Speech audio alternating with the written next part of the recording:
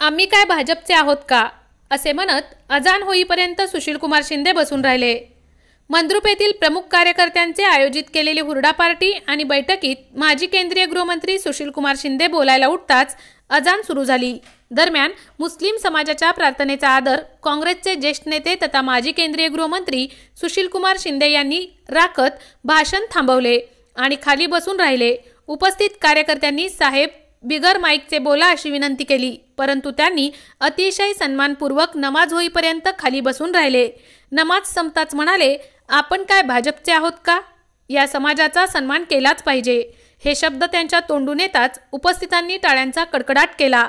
यावेळी आमदार प्रणिती शिंदे, माजी मंत्री सिद्धाराम म्हेत्रे, काँग्रेस नेते सुरेश हसापुरे, शहराध्यक्ष चेतन नरोटे, तालुका अध्यक्ष हरीश पाटील, रमेश पाटील, सोमनिंग विरदे, गोपालराव जंगलगी, सिकंदरताज पटेल, आकाश पुजारी, अरुणा बेंजारपे, सुरेखा पुजारी यांच्यासह कार्यकर्ते मोठ्या संख्येने उपस्थित होते। यावेळी भाषणाला उठल्यानंतर हा प्रकार उपस्थितांना पाहायला मिळाला।